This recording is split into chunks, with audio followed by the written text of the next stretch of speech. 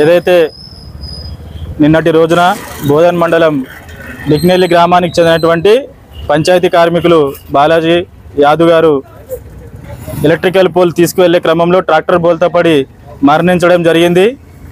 దీనికి సంబంధించి నిన్నటి నుండి ఆ కుటుంబానికి న్యాయం చేయాలని చెప్పేసి ఇక్కడ కుటుంబ సభ్యులు కావచ్చు, వివిధ రాజకీయ పార్టీ వివిధ సంఘాలు కావచ్చు, గ్రామస్తులు కావచ్చు, నిన్నటి నుండి ఆ కుటుంబ సభ్యులను ఆదుకోవాలి, ఆ కుటుంబ సభ్యులకు ఎక్స్గ్రేషియా ఇవ్వాలి, ఆ కుటుంబ సభ్యులకు ఉద్యోగాలు కల్పించాలి అర్హత ఉన్న వాళ్ళకి.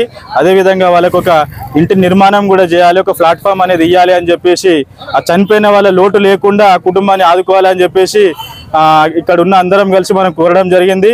దాంట్లో భాగంగా సబ్ కలెక్టర్ గారిని కూడా కలవడం జరిగింది.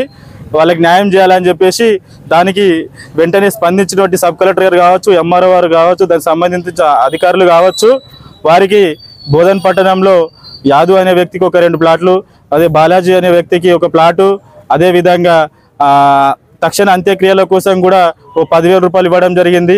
వివిధ స్కీమ్లలో కూడా వాళ్ళు ఇంప్లిమెంట్ చేస్తామని చెప్పడం జరిగింది.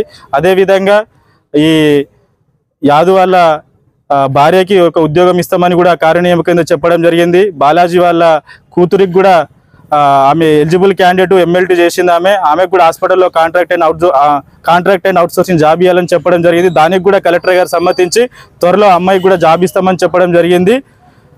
ఈ సందర్భంగా ఈ సబ్ కలెక్టర్ గారు మరియు సంబంధిత అధికారులందరూ కూడా ఈ కుటుంబాన్ని న్యాయం చేసిన హామీ ఇవ్వడంతో ఆందోళన విరమించడం జరిగింది.